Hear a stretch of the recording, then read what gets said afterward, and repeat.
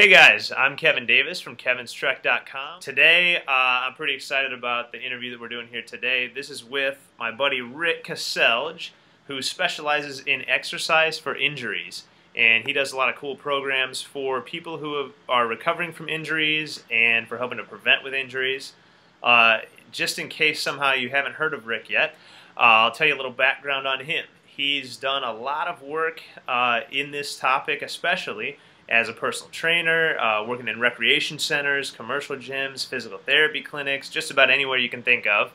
And I'm going to kind of date you here, Rick, since 1994, almost 20 years now, which means that Rick knows his stuff, man. He's been around.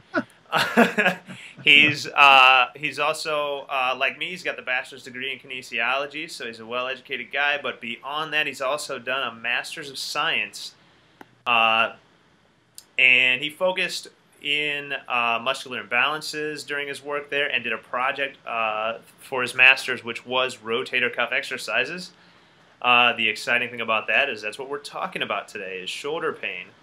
Also, Rick's written some books. He's got 4 books out there, 3 injury manuals that are very comprehensive, a couple of DVD sets, and a little tip for you guys. If you go over to exerciseforoinjuries.com, Rick has a great email newsletter that he puts out basically every day, some information that is fantastic. I got to be honest with you guys, I get a lot of emails every day, and Rick is one of the guys that I look forward to and actually open and read the emails every day. So check them out. So welcome, Rick. Is there anything there that I missed or that you want to make sure people know about you? I mean, I think you covered it, but, my area of expertise is I kind of help people overcome injuries with exercise. So like you're saying, I'm a kinesiologist, personal trainer. So what ends up happening is people end up coming to see me and they have some sort of injury or lingering pain, and then I help them. I give them exercises to help them overcome that pain and injury. So that's pretty much, and I've been doing, like you said, almost 20 years, so since 1994. Yeah. So, like I said, today we're going to talk about shoulder pain and shoulder injuries. And so, why don't we start off? I mean, what are some of the common complaints and issues that you find with shoulder pain with clients of yours or with people on exercise for injuries? Yeah, I think the most common injuries, it tends to be 4 that I end up seeing most commonly. And of course, there's way more than 4, but these are the top 4. It'll end up being like shoulder tendinitis. It'll end up being some sort of rotator cuff tear. It'll end up being some sort of shoulder impingement. And then 4th will be some sort of laxity, shoulder subluxations that they end up having. So those tend to be the most common 4, and then of those 4, the most common ends up being some sort of rotator cuff issue they end up having. I've been there and had some of that myself, actually, years ago. So what, we're talking about all these injuries. The shoulder, we know, I can tell you from my training experience with people that I've worked with, is a common complaint and a common injury area. Why is it so important that we protect the shoulder and keep it pain-free? What are the benefits we're going to get here out of strengthening it? Yeah, it's not necessarily strengthening what you end up doing for the shoulder pain, but it ends up being important because our shoulders are kind of one of our important joints along with our back and knees. So it ends up taking away, if you end up having shoulder pain, it ends up taking away from what you enjoy to do. It could be for fun or with your family. It'll end up affecting your work. And a lot of times it'll end up progressing and affecting your sleep, which ends up affecting your whole life. Because if you have poor sleep, it'll affect your recovery. It'll affect how you feel and how you're enjoying life. So really, ignoring shoulder pain, takes away enjoyment from your life. And we all want enjoyment and happiness. So it needs to be addressed, but you don't need to spend hundreds of hours fixing it or thousands of dollars fixing it. Right. So what are some ways that we can fix this? You're saying that we don't need to spend hours and hours or thousands and thousands of dollars. What can we do without that? there's lots of things you can do, and how I end up looking at it is you want to, a lot of times with the pain, when it comes to shoulder pain, if the injury could either occur, acutely, like so there's some sort of trauma or fall or hit that you end up getting injured. But a lot of times it ends up kind of gradually happening. It starts like a little twinge and it goes away, then it becomes an irritation, then it becomes a pain and it starts affecting you. So a lot of times it falls into that second category. And what ends up happening with that second category is we've ended up reshaping our shoulder the wrong way. So how we've ended up living our lives, the exercises we've done, the lack of exercises we've done, stress have all affected our shoulder and moved our shoulder in the wrong direction and reshaped it into in a way that it's prone to shoulder pain. So what we need to do is reshape that shoulder so it ends up moving out of shoulder pain. And there's a number of things that we can do that are involved in the gym, but then are also outside of the gym. So it's kind of, it sounds like we're coming back down to some of what we talked about in the study that you did in school. You're talking about muscular imbalances there. People allow this, what should be a smaller possible injury or setback, to go over time and over time and over time and build up into an imbalanced shoulder girdle or body in general. Yeah, definitely. And like when I graduated in 97, but prior to graduating, I did lots of work with people with injuries. And, the primary focus I ended up doing was the strengthening and stretching. And that helped, but it wouldn't solve the problem completely. So I ended up going back to school and doing more schooling in order to kind of understand corrective exercise and muscle imbalances. And I brought those tools to my practice and to my clients, and that ended up helping. But still, it wasn't, things wouldn't fully last or things wouldn't fully heal. And then I started realizing, and I found some obscure books that started talking about this reshaping joints and reshaping the shoulder. Because, a key thing that we don't think about is we can end up reshaping our bones. We end up thinking that the bones are rigid and solid and they stay that way forever, and they don't. If we end up, they are malleable, they can be reshaped. So if we change the forces on the bone will end up changing. And it ends up changing in a negative way for most of us because of our posture is a very simple example. What we do for work, so much computer work, moving from desktops to smartphones, which brings us more in this rounded forward position. And that constant stress on our bones ends up changing how our shoulder joint is, and oftentimes it leads to less space within the joint and more likely for it to get injured. Because if you look at those the top four shoulder injuries, number one ends up being shoulder tendonitis. Oftentimes it's an issue with the rotator cuff. Rotator cuff tear, that's an issue with the rotator cuff. And then the third one, shoulder impingement, is a decrease in the space in that shoulder joint. And a lot of times what's ending up getting pinched is the rotator cuff. Right. So we need to look at what we can do in our lives and in the gym when it comes to reshaping that shoulder in order to kind of fully overcome our shoulder pain. Sounds about right. That's something though that I think like you said. People really don't think about the bones being so malleable and actually changing. Even when you talk about shoulder pain or injuries, everybody talks about the tendonitis and the rotator cuff issues, but not at all regarding the bone. So. Yeah, definitely. A lot of times the focus ends up being, you have an injury, you have pain, okay, let's strengthen and stretch it. And that might be a temporary solution, but it's not a long-term solution. Right. So what, are there any recommendations that you've got for avoiding, getting to that point? How warm-ups or cool-downs or different, things we should... I'm sorry, what was that? What was the question, Kevin? Yeah, sorry. Is there anything that you would recommend, like say, for example, a warm up or cool down type of routine, or something we could do daily or periodically to help to maintain pain-free shoulders? Mm-hmm.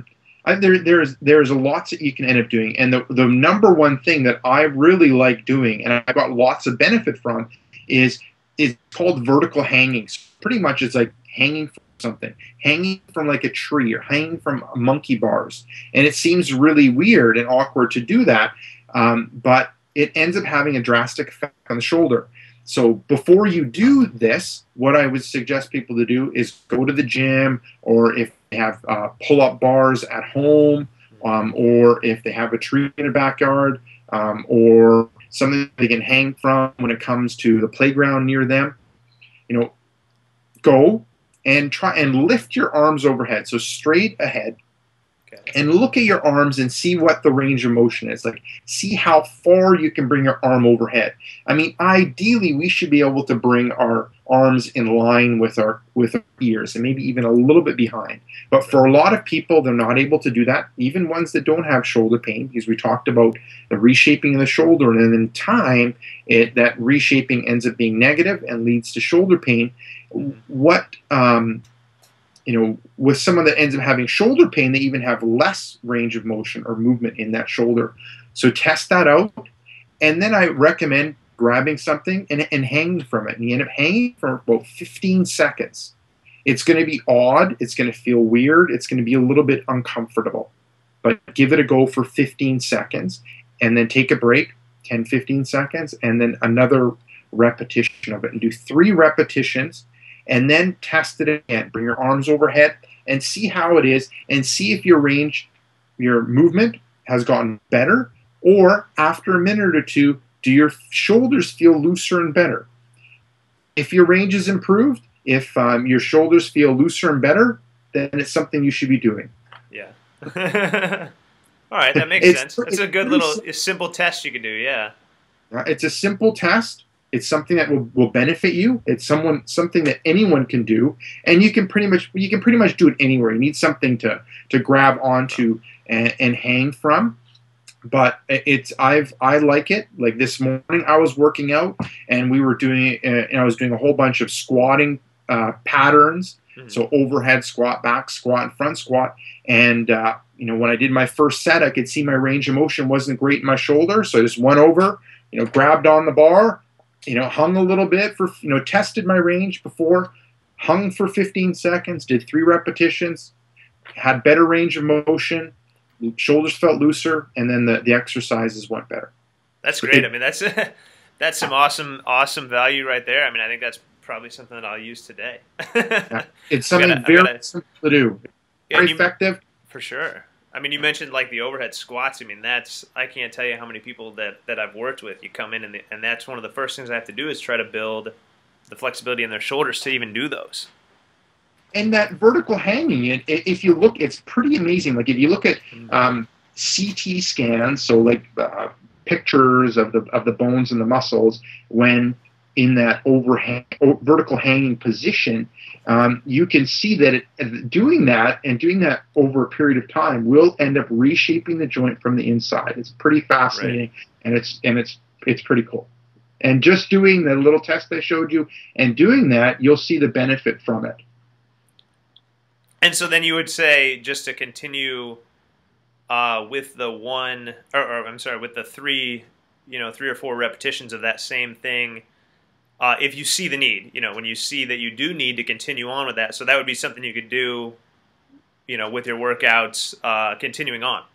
Yeah, you could end up doing it for your workouts. When would you do it? You can do it. As you saw, I did it before my workout. Feeling a little stiff, I end up doing it, loosen up my shoulders. So you can end up doing it before your workout because we're working on reshaping the shoulder from the inside and creating more room in that shoulder joint. So it's something that you can do before your workout. You can end up doing after your workout, but it's always that balancing point, right? You tell someone this and then they end up doing like 100 times and then their shoulder hurts. Well, you kind of pass that threshold of like tolerance. So that's kind of why I say try it 3 times, and you can check to see for yourself if If you can handle more repetitions, you can handle, and you can do a few more repetitions, like 5. For me, I find like 3 ends up being good. If I end up doing more, the gains I get are minimal. So I just tell people 3, and if you want to add a couple more repetitions, you can, but see how your shoulder is. If you get more range, great. If it feels looser, great. But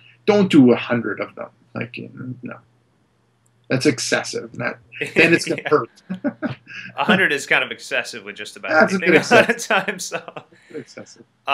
So one of the other times that I notice a lot of people come in and they're beginning a weightlifting program and they find it difficult to stretch their shoulders. I mean, that's you just kind of answered a great exercise that we can use for part of my question there. The other thing is, what about with people who they seem to be going along fine and then they get 6 months or a year or 2 years into their training program and they start to notice this nagging pain, and like you said, maybe it's something that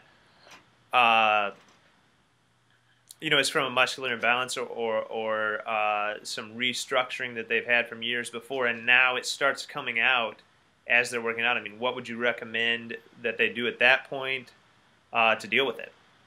Yeah, I mean, if that ends up being the case, so we talked about this reshaping. The other concept that I really focus in on is centration and tilt. So if we look at centration ends up being ideal alignment of that shoulder joint. So how the upper arm lines up with that shoulder joint. We want it ideal. Now, posture ends up being a part of that, but then also kind of like you were talking about, having balanced muscles from above in all directions, and then helping with that good position of the joint or centration. And then the second thing ends up being the tilt of the scapula, the shoulder blade. So if that shoulder blade is tilted forward, so a lot of times with a poor muscle imbalances, that'll end up affecting that space within the shoulder. It'll reshape the shoulder negatively, and it'll end up leading to injury and pain. So what we need to do is, if they all of a sudden it kind of creeps up on them, I need to look at those two things. How is their centration of their shoulder, and then how is that shoulder blade? Is it tilted forward? And you kind of think about it. If I have poor posture, my shoulder blade's going to move from pretty much up and down to more forward. And if it moves forward, it's decreasing that space in that shoulder joint, and a lot of times biting into the rotator cuff, which ends up being an issue for the top 3 of the 4 injuries that you'll see in the shoulder. Yeah, I mean, it's I'm noticing kind of as we talk about this, that there's definitely some different ways of thinking about the shoulder that those of you that are watching this, pay attention to what Rick's saying here, man, because I've worked with people for a decade now, and I've got some education in my background as well. But these are definitely some things that are very different than anything I've ever thought of, or ways that I've thought about it. So I mean, definitely going to be some stuff that's very helpful. Regular thinking would be, okay, shoulder pain, work on the rotator cuff. Well, that's fine. That's fine. You're going to strengthen the rotator cuff, but if you don't reshape the shoulder, there's going to be less space in that shoulder, and you're just going to keep getting irritation. So the rotator cuff's going to get stronger, but there's going to not be enough space in that shoulder, so it's not going to be able to, you're not going to fully overcome that. You may even be exacerbating the problem then, right?